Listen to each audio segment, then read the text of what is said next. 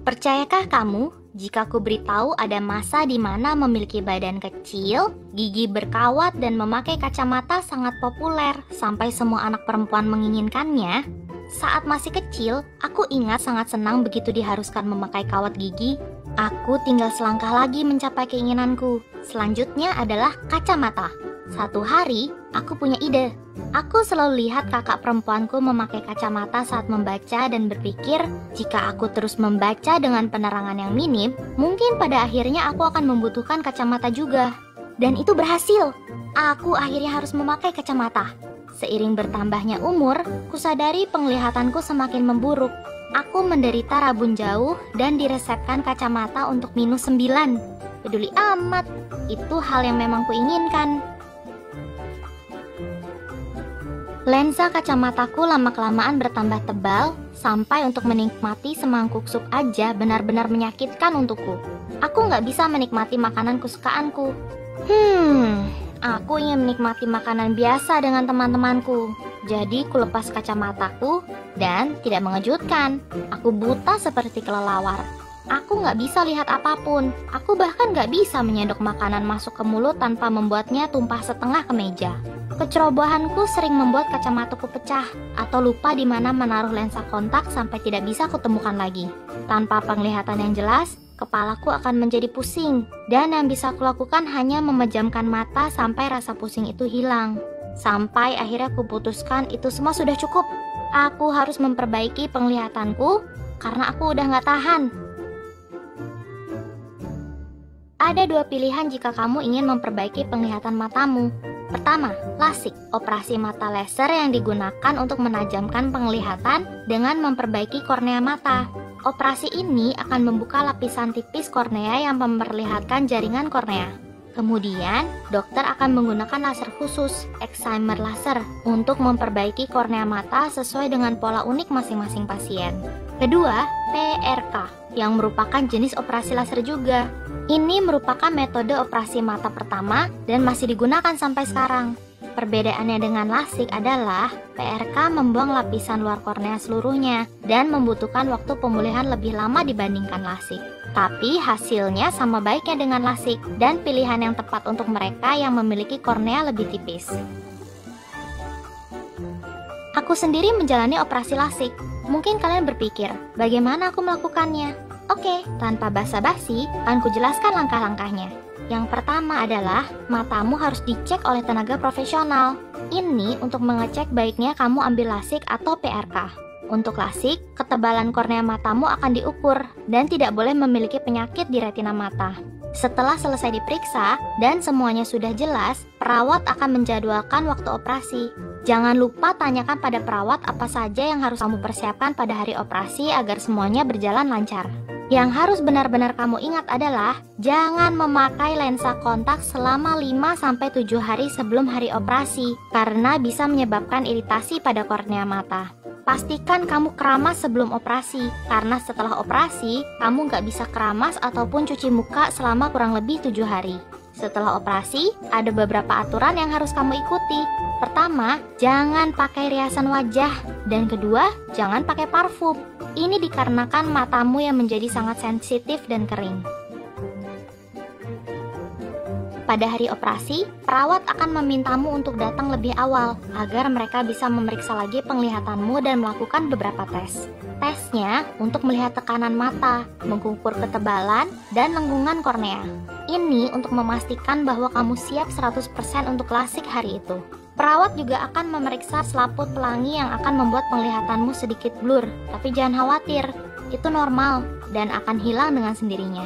Setelah pemeriksaan mata selesai dan tidak ada komplikasi, perawat akan pergi dan melakukan pemesanan operasi LASIK yang biasanya akan dilakukan siang hari saat itu juga.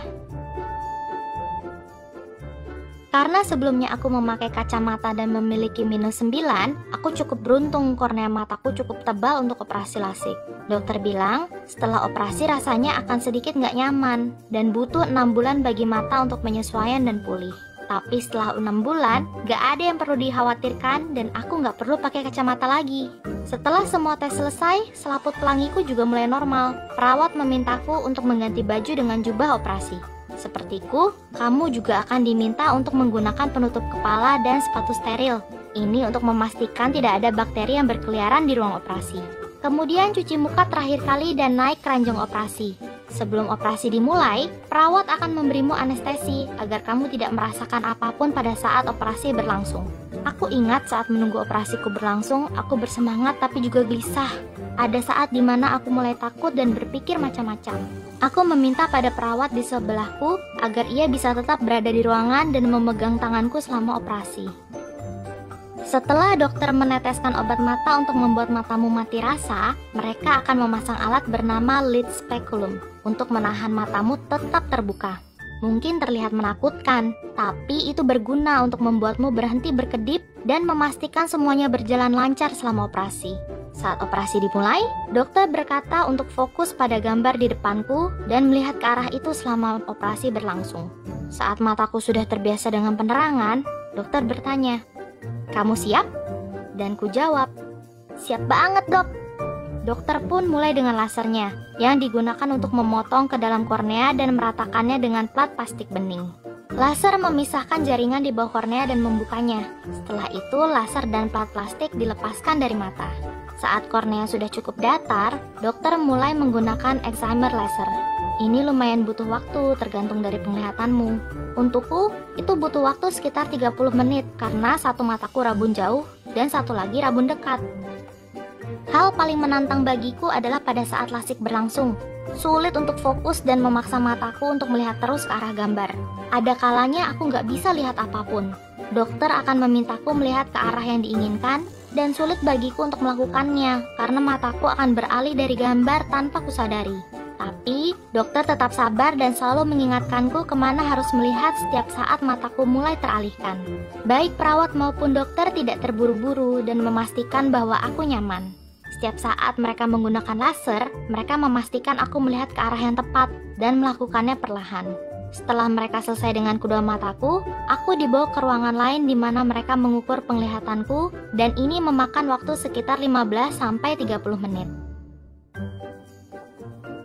Saat operasiku selesai, dokter menutup mataku menggunakan perban khusus yang membuat mataku terlihat seperti mata serangga. Aku diwajibkan menginap semalam dan memakai perban sampai esok pagi. Esoknya, kubuka perban dan membersihkan mata seperti yang diinstruksikan perawat. Aku berusaha membuka mataku, tapi itu sulit. Saat kubuka mata perlahan, semua terlihat samar. Tapi jangan panik, itu normal jika matamu belum mau terbuka karena masih berusaha pulih dan dalam tahap penyesuaian. Penting juga bagimu untuk meminta orang menjemputmu dan jangan mengendarai kendaraanmu sendiri karena matamu belum bisa melihat dan jangan memaksa matamu untuk terus terbuka. Aku sendiri tidak mendengarkan instruksi itu dan berusaha pulang sendiri. Itu adalah kesalahan besar karena aku sadar bahwa itu mustahil dilakukan. Setelah semuanya selesai dan kamu berada di rumah, ingatlah untuk beristirahat. Gak ada Netflix ataupun cahaya terang. Kamu harus mengistirahatkan matamu dan tidur. Kalau kamu nggak bisa tidur, dokter akan memberikan resep obat tidur. Aku juga nggak bisa tidur setelah operasi, jadi aku minum obat tidur dan terlelap. Beberapa hari kemudian, aku kembali ke dokter untuk kontrol. Aku akhirnya mulai bisa melihat lebih jelas walaupun belum 100%. Jadi jangan khawatir, itu akan semakin jelas seiring waktu. Peringatan lainnya adalah mata tidak boleh terkena air sama sekali. Mata harus kering total selama kurang lebih 7 hari dan tidak boleh digosok karena bisa melepas lapisan di kornea. Dokter akan memberimu resep obat tetes antibiotik yang harus digunakan setiap hari dan air mata buatan untuk membuat mata jauh dari bakteri dan tetap lembab. Matamu akan iritasi sesaat, tapi selama tetap meneteskan air mata buatan 1 jam sekali dan antibiotik 2 jam sekali, iritasinya akan hilang dan matamu akan cepat pulih. Penglihatanmu mungkin belum jelas 100%, tapi kamu akan bisa melihat lebih terang. Dan tidak ada lagi kacamata.